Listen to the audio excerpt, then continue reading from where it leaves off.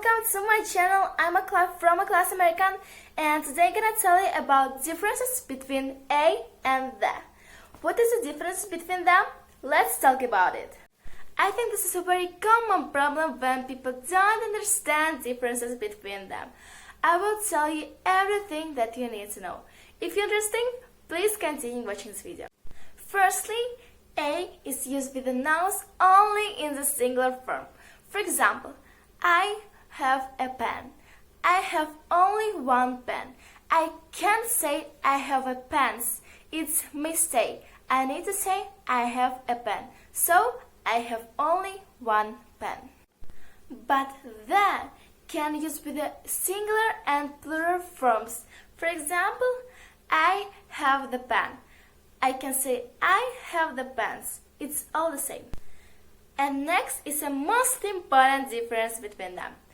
A is a specific article, but the is a non-specific article. What does it mean? Let's look at examples. Yesterday I was in store with my friend and she bought a dress.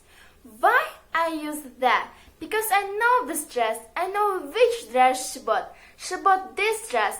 This and that are synonyms. So I need to use specific article the. And next example with non-specific article a.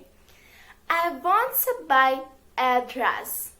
Why I use a? Because I don't know which dress I want to buy. I just want to buy a dress and I need to use non-specific article a. I want to buy a dress. This was the most important difference between a and the. And let's talk about a and n. What's the difference between a and n? Let's talk about it. A is used before a consonant letter, but n is used before the vowel letter. Let's take an example. I have a book. B is a consonant letter, so we need to use a. I have a book. And what about n? I want to eat an apple. Apple. A is a vowel letter, so we need to use n.